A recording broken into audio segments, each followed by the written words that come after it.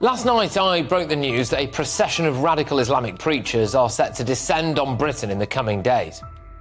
So you and your brother, yeah, I'm a good guy. Habibi, God, pack that up because it's not going to work on the day of judgment. Any person that misses one salah, one, not two, one salah, you miss one salah for no reason. You're worse than a murderer, you're worse than a rapist, you're worse than a terrorist, you're worse than a pedophile in the eyes of Allah.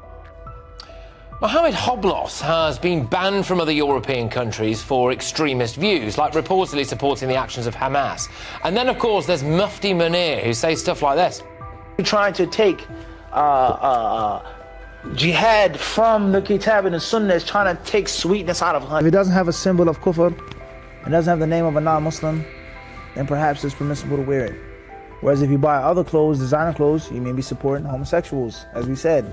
Or you may be supporting people that bomb our brothers. Starmer's government has yet to comment on the controversy surrounding the invitation of radical Islamic speakers to the UK, concerns over national security and freedom of speech. A series of radical Islamic speakers are expected to appear at various locations across the UK in the near future, sparking concerns about national security and the government's responsibility in managing border control. Reports from GB News reveal that some of these speakers have a history of making extreme statements and have even been banned from entering other European countries. However, the UK government has yet to take clear action to prevent their appearances. Starmer currently seems to be struggling with this issue, as well as the matter of immigration from Gaza. During a recent PMQ session, he admitted to a mistake in allowing a family of 6 from Gaza to enter the UK as part of a group of refugees from Ukraine. However, Starmer later shifted the blame onto the decisions made by the previous government. Mr. Speaker, the Conservative government established the Ukraine Family Scheme, and in total, over 200,000 Ukrainians, mostly women, children and the elderly, have found sanctuary in the UK from Putin's war. However, a family of 6 from Gaza have applied to live in Britain using this scheme, and a judge has now ruled in their favour. This is not what the scheme was designed to do. This decision is completely wrong. It cannot be allowed to stand. Is the government planning to appeal on any points of law? And if so, which ones? Mr. Speaker, let me be clear. I do not agree with the decision. She's right. It's the wrong decision. She hasn't quite done her homework because the decision in question was taken under the last government according to the legal framework from the last government. But, Mr. Speaker, let me be clear. It should be Parliament that makes the rules on immigration. It should be the government that makes the policy. That is the principle, and the Home Secretary is already looking at the legal loophole which we need to close in this particular case. According to reports from GB News, several speakers scheduled to appear in the UK have a history of making controversial statements. Among the most notable are Mohammed Hoblos and Mufti Munir.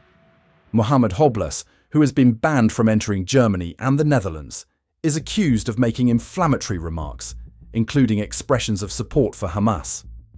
Mufti Munir, another speaker, has made anti-Semitic statements and expressed hostility toward the LGBTQ+ community.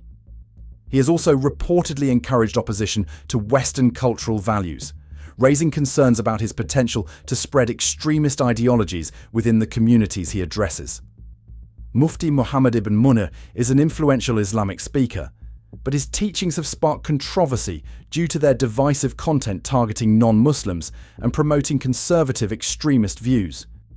His controversial positions include encouraging hostility toward non-Muslims, claiming that Muslims should not form friendships with those of other faiths unless intending to convert them, opposing Western values, particularly LGBTQ+ rights, while advocating for the implementation of Sharia law over existing legal systems, supporting the concept of jihad, emphasizing that dying on the battlefield is the ultimate sacrifice in Islam, defending polygamy, asserting that men have the right to take multiple wives without the consent of their current spouse, endorsing severe punishments under Sharia law, including stoning for adultery, Meanwhile, Mohammed Hoblas has been equally controversial.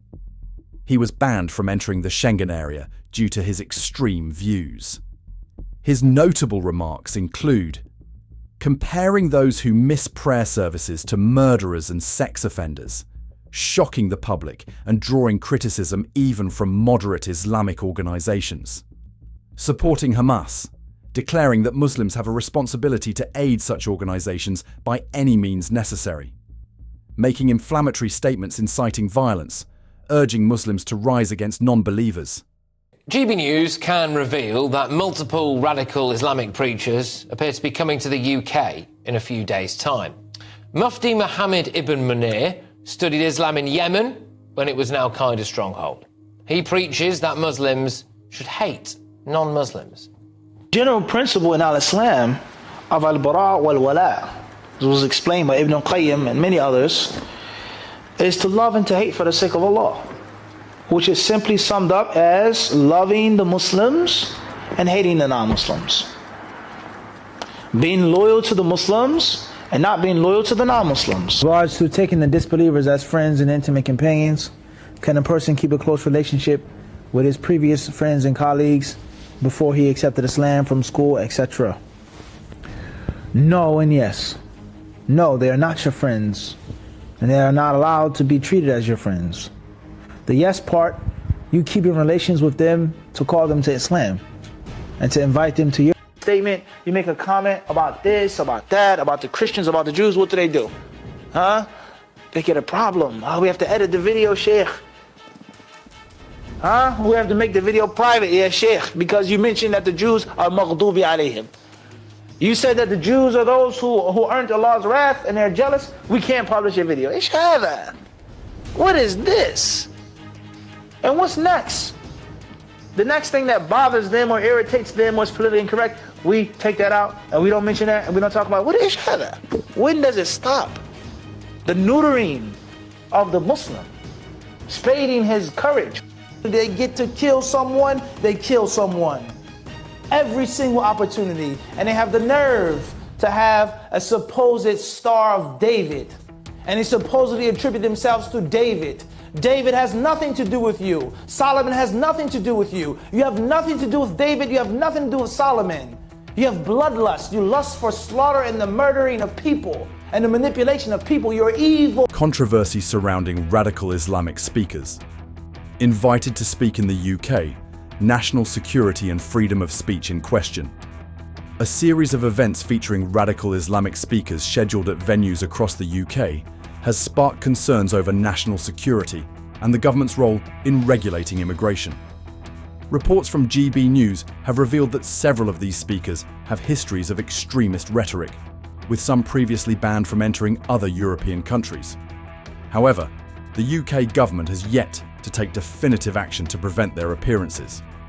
This issue raises critical questions about the balance between public safety and the freedom of expression, a core democratic value in the UK. If these speakers are allowed to present, is the UK risking the spread of extremist ideologies?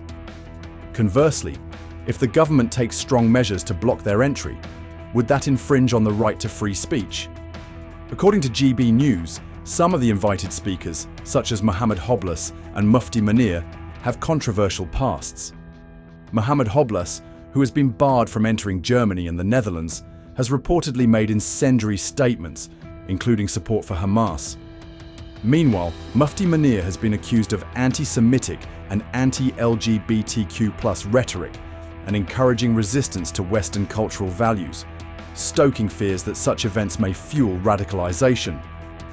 Notable venues and public concerns.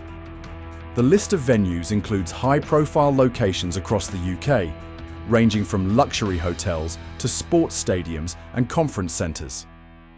Notable locations include the Hilton DoubleTree in Glasgow, Leeds United Football Club, the Atrium in London, and the Verna Suite in Manchester. Amid growing media scrutiny, some venues are reconsidering their decisions. Several event organisers have claimed they were unaware of the speakers' controversial histories when contracts were signed, while others are exploring options to cancel the events or implement alternative measures. political reactions and public pressure. The controversy has caught the attention of politicians. Ben Houchen, mayor of Tees Valley, has been one of the most vocal critics, labelling the decision to allow Mohammed Hoblas into the UK a failure of the immigration control system. Houchen has called for more decisive measures to prevent individuals with extremist ideologies from gaining a platform in the UK. How the issue is handled will have lasting implications for immigration policy, national security, and interfaith relations. Should the UK act to prevent these speakers from entering the country, or is preserving freedom of speech the priority?